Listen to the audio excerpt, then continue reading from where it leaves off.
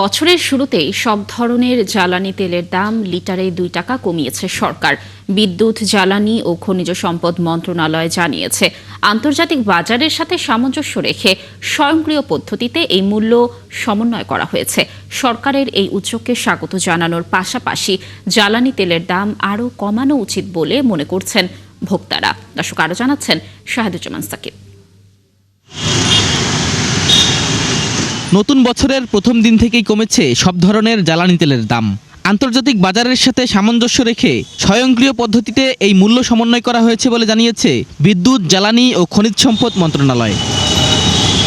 পরিবর্তিত দামে ডিজেল ১০৪ টাকা থেকে কমে ১০২ টাকা, অকটেন ১২৪ টাকা থেকে কমে ১২২, পেট্রোল ১২০ টাকা থেকে কমে ১১৮ ও কেরোসিন ১১৬ টাকা থেকে কমে ১১৪ টাকায় বিক্রি হচ্ছে। প্রতি মাসে মাসে যদি এটা অ্যাডজাস্টমেন্ট করা হয় তাহলে আমাদের জন্য অবশ্যই ভালো হয়। সরকারের দাম কমানোর উদ্যোগকে ইতিবাচক হিসেবে দেখছে ক্রেতারা। হ্যাঁ, 2 টাকা কমছে এর জন্য এটা খুবই গ্রেটফুল। কমলে তো সবার জন্যই ভালো। না, এটা তো আমাদের জন্য ভালো হয়েছে। তারপরে আপনার গিয়ে যে পাবলিক সার্ভিস যেটা আছে, ওই যে বাস, এগুলিকে একটু সুবিধা হয়েছে বেশি আর কি। তবে জ্বালানি তেলের দাম আরো কম হওয়া উচিত বলে মনে করছেন ভোক্তারা। কিছু কমলে ভালো লাগে, যদি আরো কমে আরো ভালো হবে আমাদের জন্য।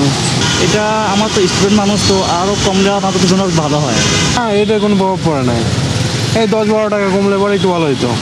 আমার দৃষ্টিতে এটা ১০০ টাকার ভিতরে আনেন। আরও কমার দরকার ডিজেলের দাম। আগে তো ৬৫ টাকা ছিল সর্বোচ্চ আগে। বিশ্ববাজারের সঙ্গে সামঞ্জস্য রেখে জ্বালানি তেলের স্বয়ংক্রিয় মূল্য নির্ধারণ বিগত ২০২৪ সালের মার্চ থেকে শুরু করেছে সরকার। সেই হিসেবে প্রতি মাসে নতুন দাম নির্ধারণ করা হচ্ছে। শাহেদুজ্জামান সাকিব, ৭১, ঢাকা।